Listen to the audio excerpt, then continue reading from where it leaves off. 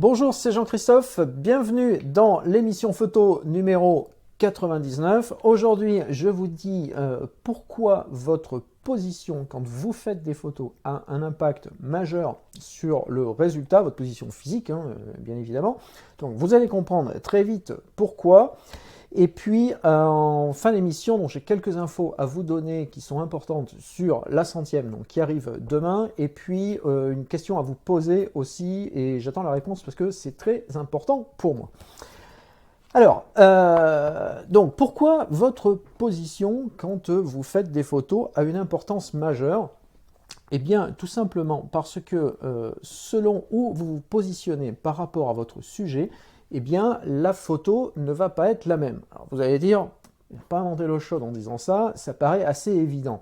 Seulement, je constate bien souvent que quand je regarde les photos des uns et des autres, et pas uniquement de vous si vous me suivez, mais aussi des photos de photographes connus, moins connus, plus connus, eh bien j'essaye toujours de regarder ça et on s'aperçoit de choses qui apparaissent comme ça, qui sautent aux yeux parfois, où on se dit mais il était où quand il a fait cette photo? Alors je citais dans l'épisode précédent certaines photos que j'appelle des photos volées au méga zoom. Oui, je fais une fixation sur le méga zoom, mais c'est pas grave. Donc ces photos-là, parce que je considère que c'est des photos où voilà, vous avez tourné la bague à fond pour essayer d'attraper quelqu'un qui est un petit peu loin parce que vous n'avez pas pu ou pas voulu vous rapprocher. Donc c'est pas les photos que je préfère, mais tous les goûts sont dans la nature. Maintenant, ce que je voulais simplement dire pour ce premier point-là, c'est que selon que vous êtes plus près ou plus loin du sujet, le rapport au sujet change. Ce n'est pas juste une question, en fait, d'angle de prise de vue, de focale, de mise au point, de profondeur de champ, de ce que vous voulez. C'est le rapport au sujet qui change. Alors, ce que j'appelle le rapport au sujet, c'est comment le sujet vous interpelle vous et comment vous interpellez le sujet. Il y a une relation qui peut se créer entre le sujet et vous, et selon que vous êtes plus près ou plus loin, eh bien, ça ne va pas être la même relation. Et ça, c'est valable. Alors, peut-être que vous vous dites, mais ça, c'est valable quand on photographie des gens, mais si je fais les paysages, c'est pas valable. Ben, si, c'est la même chose. Alors, le paysage, il se moque un peu de ce que vous êtes en train de faire, c'est clair, mais en même temps, vous n'allez pas faire les mêmes photos et vous n'allez pas avoir la même approche, donc c'est vraiment important. De même que ce qui est important, c'est votre position en fonction du type de sujet. Quand vous faites des photos d'action, par exemple, eh bien, selon que vous êtes dans l'action, vous aussi ou pas, vous n'allez pas faire les mêmes photos. Et c'est important à avoir toujours en tête parce que parfois, vous pouvez peut-être vous mettre dans l'action, alors que vous ne l'aviez pas nécessairement envisagé, ou bien vous pouvez justement prendre du recul par rapport à l'action pour faire des photos encore différentes. Et puis ça dépend de la scène, parce qu'il y a des scènes où on ne peut pas toujours aller dans l'action, on ne peut pas toujours se rapprocher, donc il y a plein de problématiques. Donc ça, c'était un peu pour dresser cette problématique-là. Je voudrais juste citer quelqu'un qui est hyper connu, la citation, elle a fait le tour du monde quelques millions de fois déjà, mais c'est Robert Capa qui disait « Si vos photos ne sont pas assez bonnes, c'est que vous n'êtes pas assez près, sous-entendu, du sujet. » Alors, bon, j'ai beaucoup d'estime pour Robert Capa, je ne suis pas nécessairement toujours d'accord avec cette citation-là. Alors, elle fait, quand on pense à ça, à cette citation, on fait souvent référence à ces photos du débarquement. On se dit effectivement l'impact de ces photos-là, s'il avait été 1 km avec un 500 mm, peut-être pas 1 km, mais s'il avait été sur une barge avec un 500 mm, ça n'aurait pas fait la même photo. C'est clair qu'il n'aurait pas eu le même impact. Mais il n'a pas fait que ces photos-là, Capa d'une part, et puis vous ne faites pas non plus des photos de débarquement. Donc, qu'est-ce que je retiens de ça? Moi, simplement que parfois on peut être plus près, mais parfois on ne peut pas déjà, et puis on n'a pas toujours envie d'être plus près.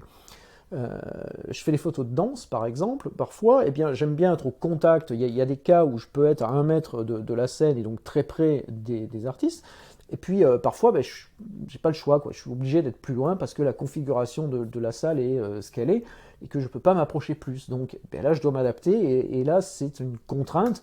Appelez-vous l'épisode sur les contraintes, c'est une contrainte que je dois prendre en compte dans ma pratique photo. Donc cette histoire d'être au plus près, c'est pas nécessairement ça que je voulais vous dire aujourd'hui. Parfois vous pouvez être un peu plus loin aussi, ça arrive quoi. Je discutais il y a quelques mois de ça avec un photographe de l'AFP qui avait couvert les Jeux Olympiques de Sochi et qui me disait sur les JO, sur les grandes compétitions, maintenant en fait les photographes ne peuvent plus s'approcher comme avant. Et regardez bien les photos des JO récents, vous verrez qu'effectivement, c'est plus les mêmes photos qu'avant. Ils ne peuvent plus s'approcher parce que c'est la télé qui prend le pouvoir. Donc les caméras télé sont, elles, au plus près. Et la télé interdit aux photographes de venir trop près parce qu'ils seraient dans le champ et que ça ne fait pas les mêmes images et qu'ils n'ont pas nécessairement envie d'avoir ça sur leurs écrans. D'où d'ailleurs, petite histoire, je dérive un peu mais l'anecdote est intéressante, d'où l'arrivée de tous ces boîtiers hyper connectés. Vous pouvez peut-être vous dire, si vous êtes un simple amateur, mais pourquoi il y a le Wi-Fi, tous ces trucs-là dans les boîtiers, on s'en fout. Les pros s'en moquent pas toujours parce que sur les JO, par exemple, il y avait plein de boîtiers Nikon qui étaient positionnés en haut de pylônes à des endroits stratégiques sur le ski, par exemple, hein, parce que là, forcément, on comprend qu'il y a toute une distance à couvrir. Et les boîtiers, ils étaient commandés par Wi-Fi, câble réseau et autres, pas parce que le photographe est feignant et qu'il n'a pas envie de grimper la montagne, simplement parce qu'il n'a pas le droit d'y aller. Donc en mettant le boîtier à cet endroit-là, eh bien, il arrive à faire des photos. Donc c'est important que les boîtiers soient connectés aussi pour ces raisons-là. Je referme la parenthèse. Alors, donc maintenant, qu'est-ce qu'on fait? Quand on a dit ça, eh bien, je voudrais vous engager à faire quelque chose, c'est à étudier les photographies des autres, connues ou pas connues, peu importe, mais au lieu de vous contenter de dire j'aime, j'aime pas, ou bien de regarder le cadrage, de chercher quels peuvent être les éléments techniques ou autres, c'est d'étudier à chaque fois où pouvait se trouver le photographe quand il a fait la photo. Alors, vous allez peut-être me dire, ça dépend aussi, oui, mais quel focal il avait, je ne peux pas nécessairement savoir s'il avait un grand angle ou un télé. Ou autre. Alors ça se voit sur les photos, hein. Généralement, vous savez qu'en télé, on a des plans, par exemple, plus rapprochés, il y a des profondeurs de champ différentes. Bon, on arrive à peu près à voir si une photo est faite au grand angle ou au télé, quand même. Quant à dire la focale, pas toujours, mais voilà, vous avez normalement une bonne idée. Alors, je voulais vous montrer quelques exemples de photos. J'ai pris ça dans le Reporters sans frontières de Salgado. Alors oui, une fois de plus Salgado, mais bon, j'ai mes références, hein, c'est comme ça. Et donc, je voulais vous montrer quelques exemples. Alors, le premier, c'est cette photo-là, celle-ci. Vous voyez que là, c'est simple, on se dit, le rapport au photographe, c'est qu'il est en face des deux garçons et que, bon, pour faire la photo, il s'est approché suffisamment, enfin plutôt beaucoup d'ailleurs, là, hein, il doit être à 1 mètre, 1m50, quelque chose comme ça. Et donc, voilà, la photo, elle est ce qu'elle est, je ne vais pas juger de l'intérêt de la photo ou pas, mais on se dit, pour faire cette photo-là, il s'est exposé, mais pas plus que ça non plus, on sent bien qu'on est dans une montagne, on n'est pas dans une situation hyper dangereuse, donc voilà, c'est un exemple, c'est un peu l'exemple classique. Alors j'ai une deuxième image, qui est celle-ci, qui est une double page, c'est une des photos les plus remarquables de Salgado. Bon, je vous la mets là, je ne sais pas comment ça passe, parce que moi je suis plus sur l'écran maintenant, mais voilà. Alors, elle est toute en nuances de lumière et d'ombre, cette photo, donc à l'écran sur la vidéo, ça va mal passer, mais allez la chercher, si vous pouvez la retrouver, je ne sais plus s'il y a la référence. Elle s'appelle Soudan 1985, réfugiés au camp de Ouad Sherifé. Alors, là, ce qu'on voit sur cette photo, c'est que, en fait, le photographe est en léger surplomb par rapport à la scène, et c'est ce qui fait l'intérêt de la photo. Donc, il a eu l'idée de se mettre un peu en hauteur. Il aurait pu se mettre différemment. Il a eu l'idée de ne pas trop s'approcher des gens, mais suffisamment pour en englober plein le cadre. Et il a eu l'idée de centrer la photo, alors que des fois on dit il ne faut pas centrer. Il a eu l'idée de centrer cet arbre, je vous le remets, ici, voilà, qui divise la photo en deux, et puis surtout qui permet, vous voyez, d'avoir cette espèce de symétrie sur les quelques rayons de lumière qui passent à travers. Donc, vous voyez en quoi le positionnement a un impact très fort sur le résultat de la photo. Alors, on monte un peu en puissance. Je voulais vous montrer celle-ci. Alors là, c'est tout le travail sur le pétrole et puis pendant la guerre du Golfe, tous ces puits de pétrole, je vais y arriver, qui ont été incendiés pour toutes les raisons que l'on connaît. Eh bien, alors cette photo, regardez, bon, elle est double page donc ça masque un peu, mais c'est pas grave, je vais parler derrière. Cette photo, on voit quoi? On voit quelqu'un ici qui essaye de faire quelque chose. On voit là, donc c'est pas un puits, enfin il y a un jet de pétrole là qui est enflammé. Et puis on voit cette espèce de nuage de gouttelettes dont on se dit qu'on n'aimerait pas être là parce que ça doit pas être très très agréable. Et donc la photo, elle est forte pour ça. Mais moi, ce qui m'interpelle le plus quand je vois cette photo, c'est de me dire, mais il était où lui quand il a fait la photo? Parce que ça, honnêtement, regardez bien une fois de plus. je vous engage à la chercher sur le web, vous allez la trouver. Il y en a plein d'autres comme ça. C'est pas fait avec un 500 mm en étant à 500 mètres. Il est au contact. Là, il est à quelques mètres du bonhomme qui est là. Ça veut dire que le photographe lui-même s'est mis dans cette situation d'aller au cœur de l'action, de prendre le risque de tout se prendre sur le nez, pour pas dire autre chose, et en plus de ça, la flamme qui est derrière, je peux vous dire qu'à mon avis, ça doit lui chauffer un peu les sourcils, parce que vu comment ça brûle, on sait bien qu'un feu comme ça, voilà, c'est quand même très agressif. Donc il y a une prise de risque de la part du photographe qui est certaine, mais l'impact sur la photo, il est majeur, parce que la même photo qui aurait été faite à 100 mètres de distance pour se sécuriser un petit peu, eh bien, ça n'aurait pas été la même photo, en fait. Et dernier exemple que je voulais vous montrer, alors c'est un peu dans la même situation, mais c'est celle-ci. Alors là, c'est un portrait, pas posé, mais presque, vous voyez, alors la légende de la photo, c'est gisement de pétrole du Grand Buran, Koweït, 1991. Et on nous dit donc ce combattant du feu est protégé des températures extrêmes par la vaporisation de produits chimiques. C'était la page précédente.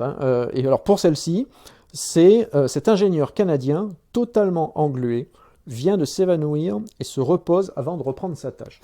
Donc on voit bien la scène, on sent le avant, rappelez-vous aussi l'épisode avant-après, donc on sent le avant où le gars il s'en est pris plein la tronche, et puis là il se pose, et puis il souffle, et honnêtement on le comprend, on n'a pas nécessairement envie d'y retourner.